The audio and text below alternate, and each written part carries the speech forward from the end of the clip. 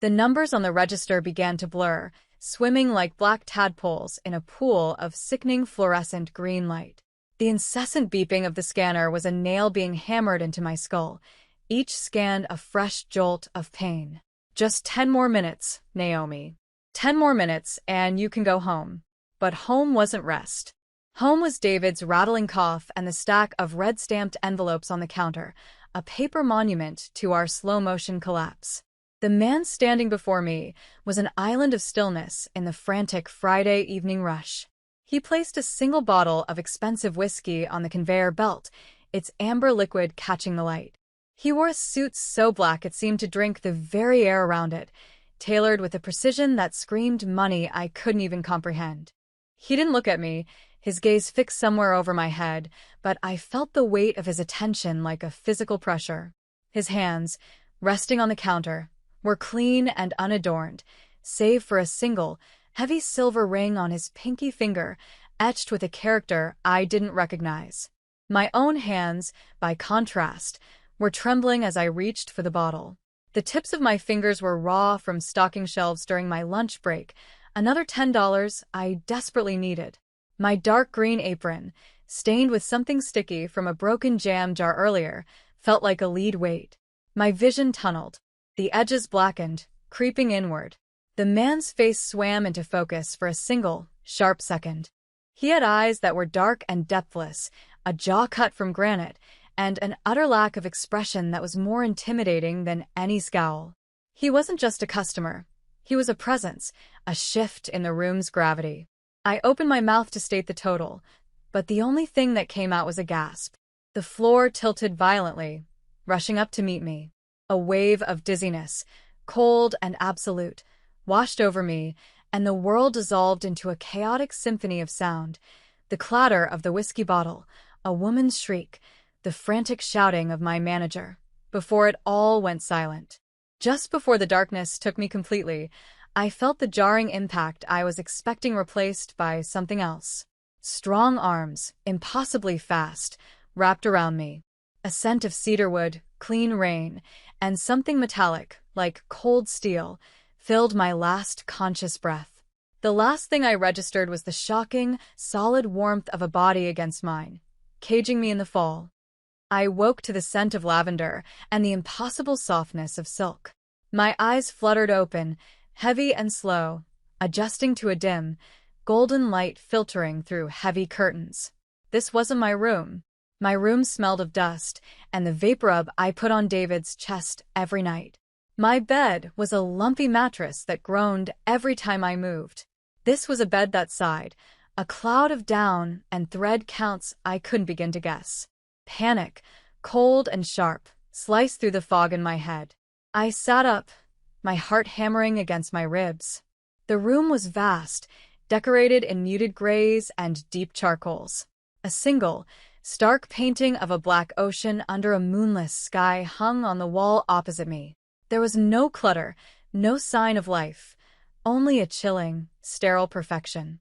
My worn-out sneakers were placed neatly on a rug by the door, a rug that probably cost more than my entire wardrobe. My dark green apron was gone. I was still in my dark blue shirt and jeans, but the feeling of being stripped of my uniform, my armor, left me feeling raw and exposed. The door opened with a soft, nearly silent click. The man from the store stepped inside. He moved with a liquid grace that was unnerving in a man his size, his presence filling the cavernous room and sucking all the air out. He held a glass of water in one hand. He stopped several feet from the bed, his dark eyes sweeping over me, missing nothing. It wasn't a leering gaze, it was analytical, dissecting. He saw the way I clutched the silk comforter, the tremor in my hands, the fear widening my eyes. "You fainted," he said. His voice was a low, resonant baritone, as smooth and dark as the whiskey he'd been buying. It wasn't a question. It was a statement of fact. "Where am I?" I managed, my own voice a pathetic, scratchy whisper. I hated how weak I sounded. "My home." He placed the glass of water on a polished mahogany nightstand. "Drink," it was a command, soft but unbreakable. I stared at the glass, then back at him. My mind was a whirlwind of terrifying possibilities. kidnapping, trafficking. The headlines you skim over, thinking that could never happen to me. I have to go, I stammered, my pride warring with my terror. My brother, he's waiting for me. His expression didn't change, but something flickered in the depths of his eyes. A spark of, what? interest? Your brother can wait, he stated calmly. You are unwell. You will rest. He pulled a sleek, minimalist chair from a corner and sat, creating a silent barrier between me and the door. He didn't cross his arms or lean forward.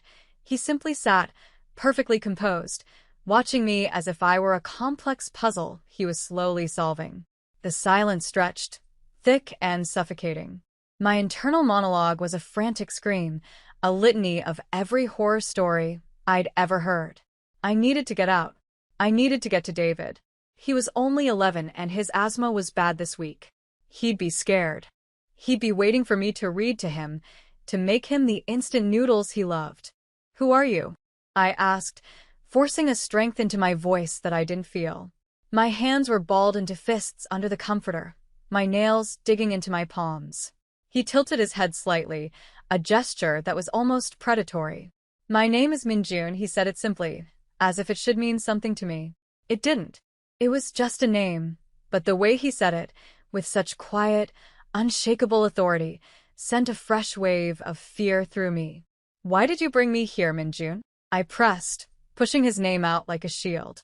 I could have gone to a hospital. Or my manager could have called my emergency contact. Hospitals are inefficient, he replied, his voice flat. And your manager was panicking. It was simpler to bring you here. Simpler for whom? My mind raced, trying to find a logical reason, a non-terrifying explanation for a wealthy stranger bringing an unconscious cashier back to his mansion. None came. He saw the distress, the fear warring on my face. His gaze dropped to my hands, still clenched beneath the covers. Then it moved to my neck, where I knew the worn collar of my shirt was frayed. He saw everything. He saw the exhaustion etched into the lines around my eyes, the cheap dye fading in my hair, the subtle tremor of malnourishment I tried so hard to hide. You work too much, he observed, another statement of fact. You do not eat enough. You don't know anything about me.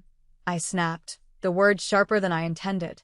Pride, fierce and stupid, rose up to choke me. I would not be analyzed and pitted by this man, this stranger who held me captive in his silk-lined cage. He didn't react to my tone. It was like throwing a pebble at a mountain. I know that you weigh almost nothing, he said, his eyes tracing the shape of me under the blanket. I know your pulse was dangerously slow. And I know you are lying when you say you are fine. His perception was a violation. He saw past the walls I so carefully built every single day, the cheerful, I'm good, how are you, that I gave to everyone, from my coworkers to David. He saw the truth, and it terrified me more than any physical threat. My bag. The thought hit me with the force of a physical blow.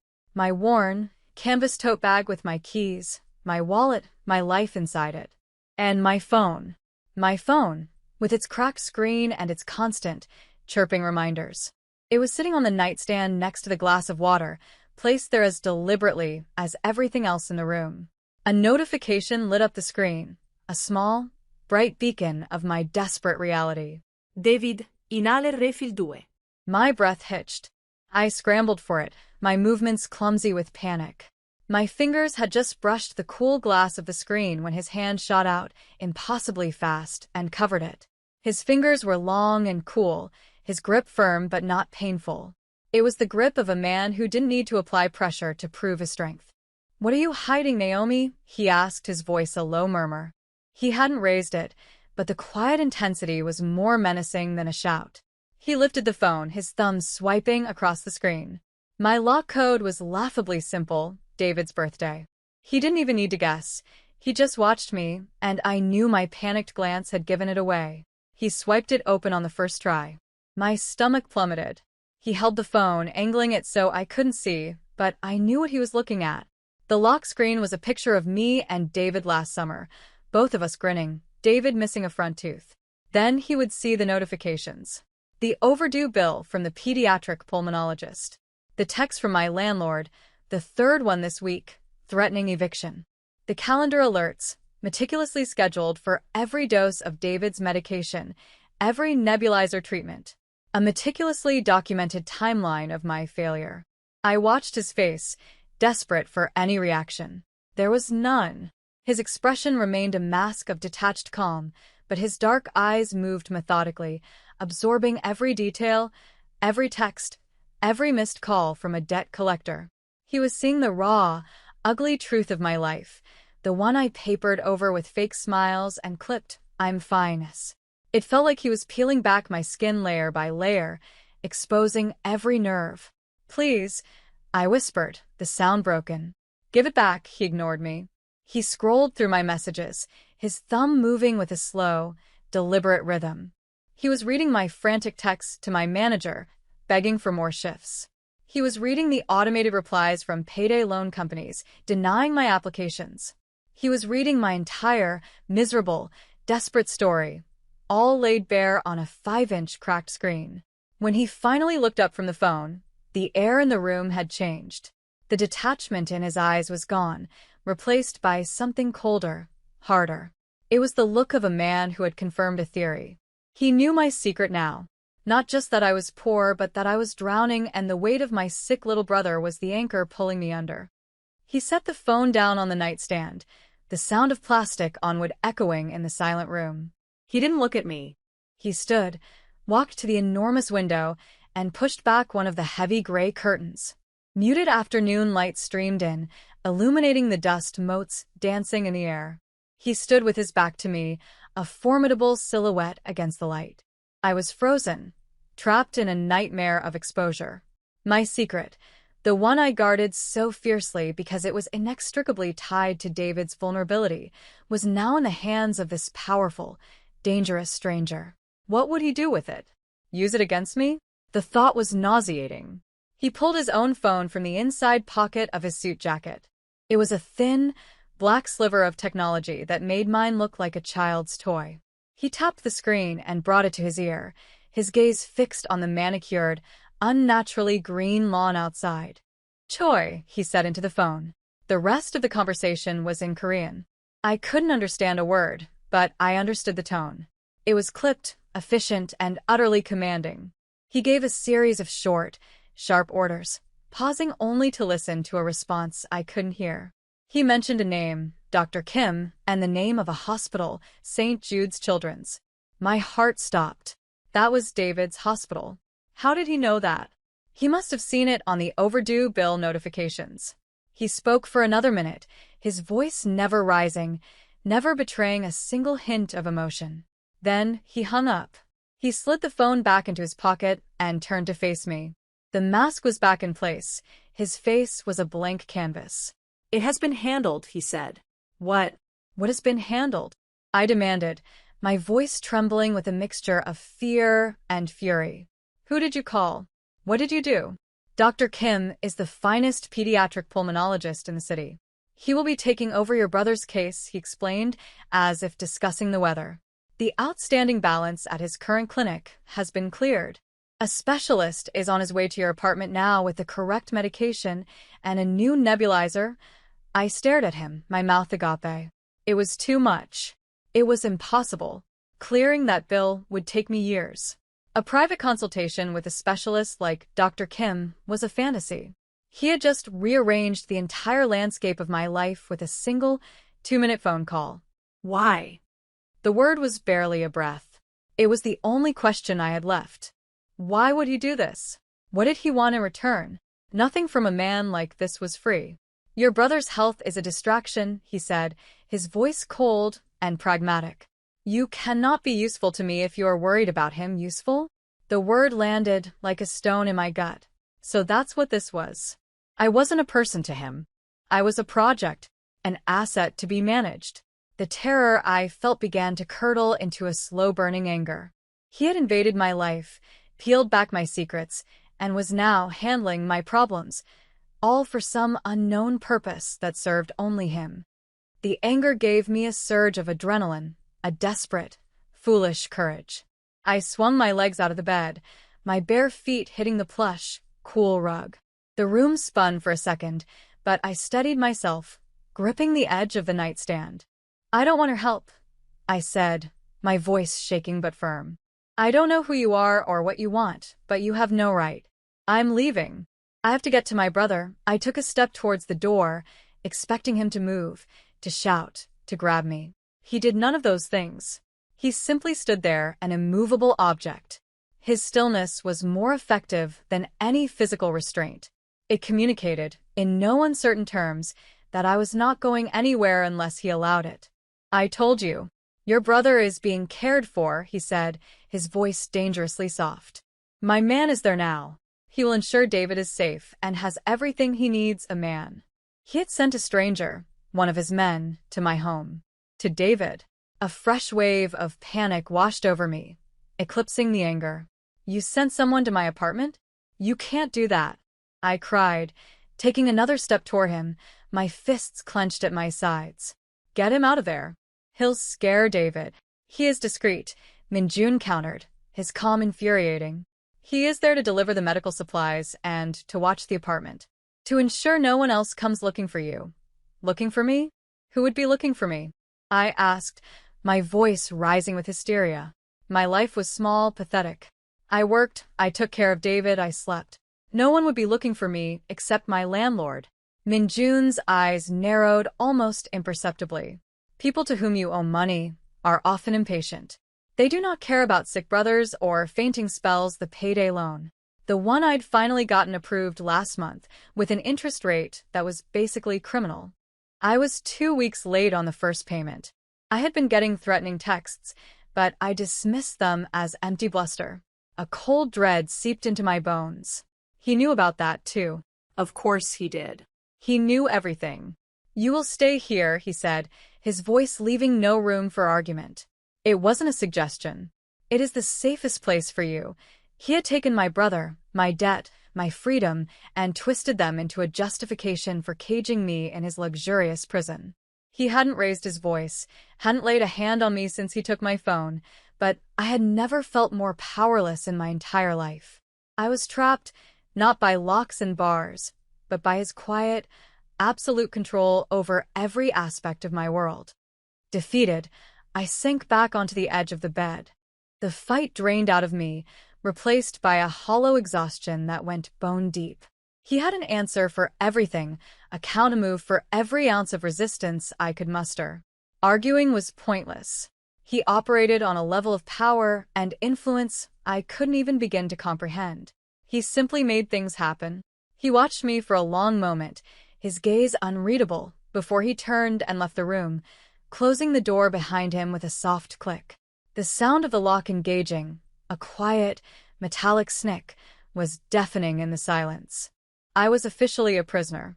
I sat there for what felt like hours, listening to the frantic beating of my own heart. Eventually, a numb sort of curiosity took over. If I was to be trapped here, I might as well understand the cage.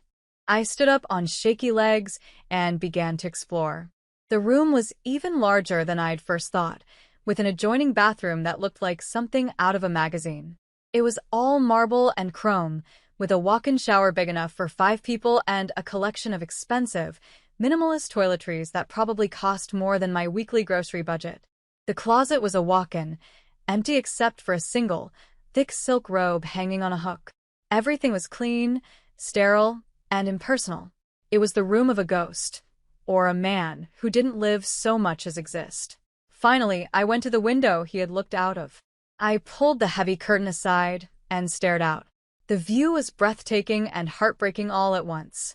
The room overlooked a sprawling garden, a perfect, manicured masterpiece of Japanese design. A stone path wound its way through carefully placed rocks and sculpted trees, leading to a serene koi pond where vibrant orange fish swam in lazy circles. It was beautiful, peaceful, and completely enclosed by a high stone wall. There was no gate in sight. It was a perfect, beautiful prison. The sky above was turning a bruised purple as evening approached. A storm was rolling in. The air had that heavy, electric feeling. It mirrored the tempest inside my chest, a chaotic mix of fear, anger, and a bewildering, shameful flicker of relief. David was safe. David had medicine. David was seeing a top specialist. For the first time in years, the crushing weight of his health was not solely on my shoulders. And that realization was the most terrifying thing of all. This man, this Minjun, had bought my peace of mind, and I had no idea what price he would eventually demand in return. Hours later, the door clicked open again. Minjun entered, followed by a woman in a simple black dress who carried a tray. She placed the tray on a small table, bowed silently, and left as quietly as she had come. The tray held a bowl of steaming soup, a piece of crusty bread, and a glass of what looked like fresh juice. My stomach growled, a loud, embarrassing reminder that I hadn't eaten anything but a stale granola bar all day. I didn't move. I wouldn't give him the satisfaction. He ignored the food and my stubborn silence. He walked over to the chair and sat down, his posture just as unnervingly perfect as before. "We need to talk about Mr. Petrov," he said, his voice cutting through the tense silence. The name meant nothing to me. "I don't know anyone named Petrov," I said, my voice flat. "He knows you," Minjun countered. "He runs the company that gave you your loan." A small, unpleasant man with a fondness for breaking fingers. My blood ran cold. The threatening text suddenly felt very real. They weren't just bluster from some anonymous call center. There was a specific man, who was angry with me. "How do you know that?" "It is my business to know such things," he said dismissively. "Petrov is a minor player, an annoyance. But he is a part of a network that rivals my own. Your debt to him makes you a liability." A loose end. It was starting to make a horrifying kind of sense. This wasn't about me at all. I was a pawn. My stupid, desperate $50-a-week loan had somehow entangled me in a war between two criminal organizations. I had stumbled out of my small, desperate life and into a world of violence and power that I couldn't have imagined. "So, what is this?" asked, my voice barely a whisper. "Am I a hostage? A bargaining chip?" He considered this for a moment. "You are a complication that I am now managing," he said finally. "Petrov's methods are crude. He would not have simply come to your apartment to collect. He would have made an example of you to frighten his other debtors." The implication hung heavy in the air. He wasn't just imprisoning me, he was protecting me. The thought was dizzying. The man who had taken my freedom was also the one shielding me from a violent, brutal fate. My fear of him was absolute, but now a new fear was creeping in. A fear of what lay outside these walls. A fear of a man named Petrov. Minjun saw the understanding dawn on my face. "You see now," he said, not with triumph, but with a quiet finality. "Your world is no longer what it was this morning." He stood and walked toward the empty closet.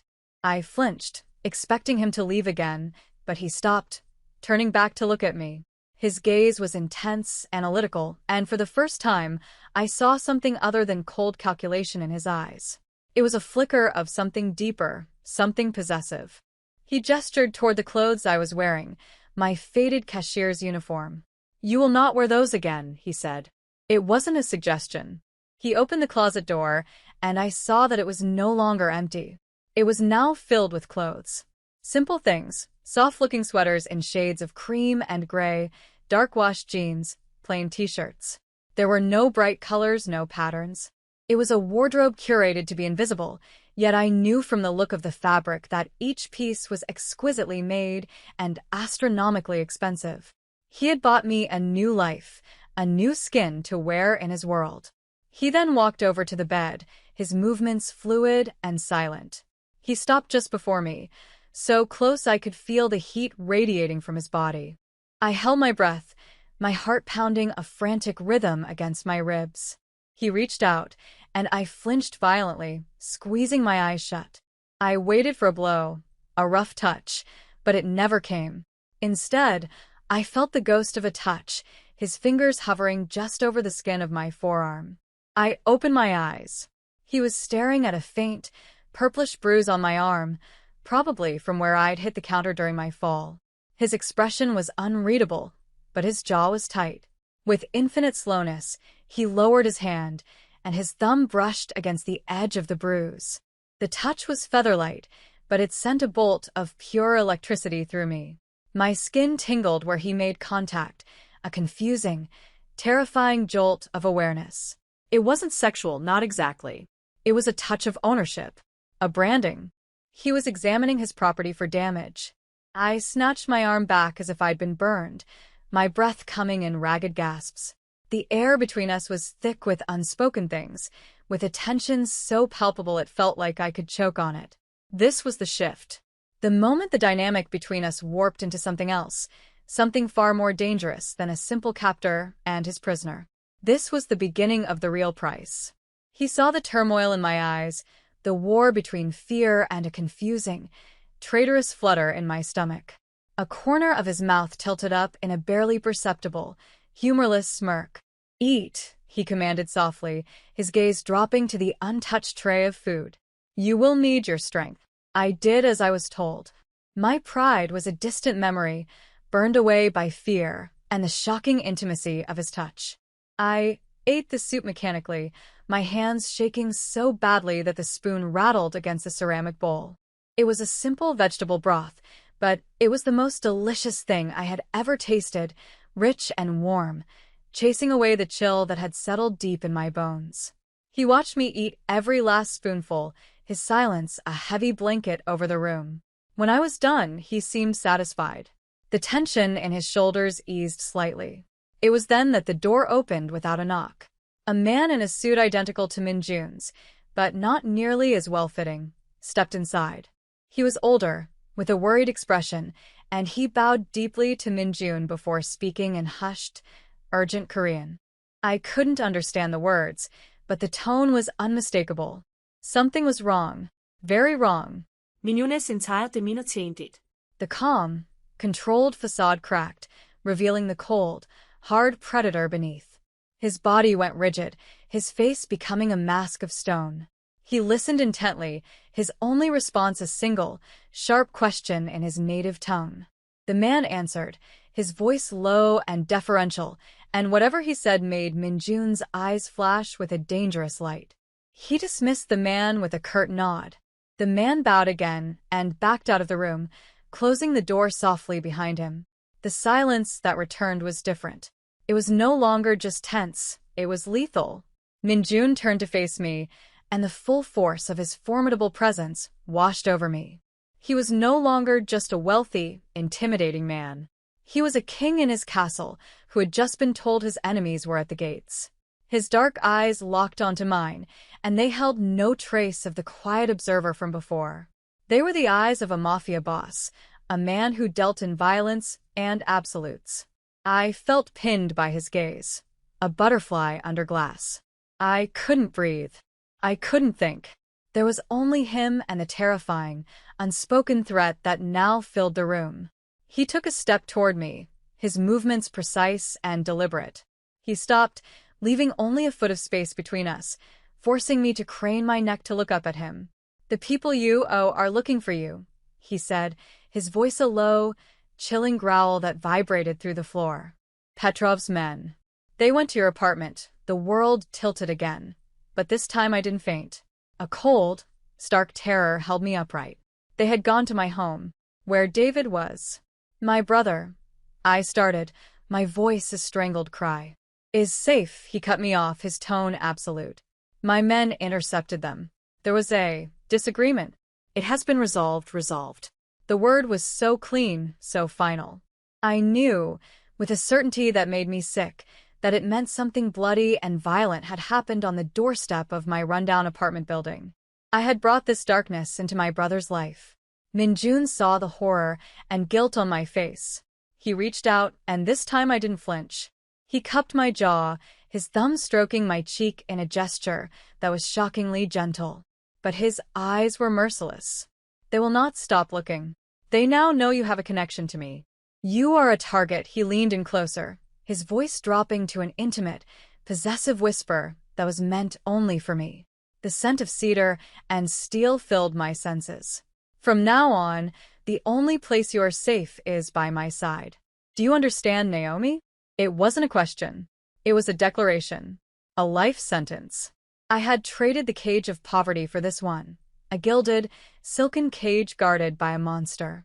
And looking into his dark, bottomless eyes, I knew I would never be free again. I could only nod, a single, jerky movement. My world had irrevocably shrunk to the confines of this room, to the suffocating presence of this man. And the most terrifying part was the small, treacherous voice in the back of my mind that whispered I was finally safe.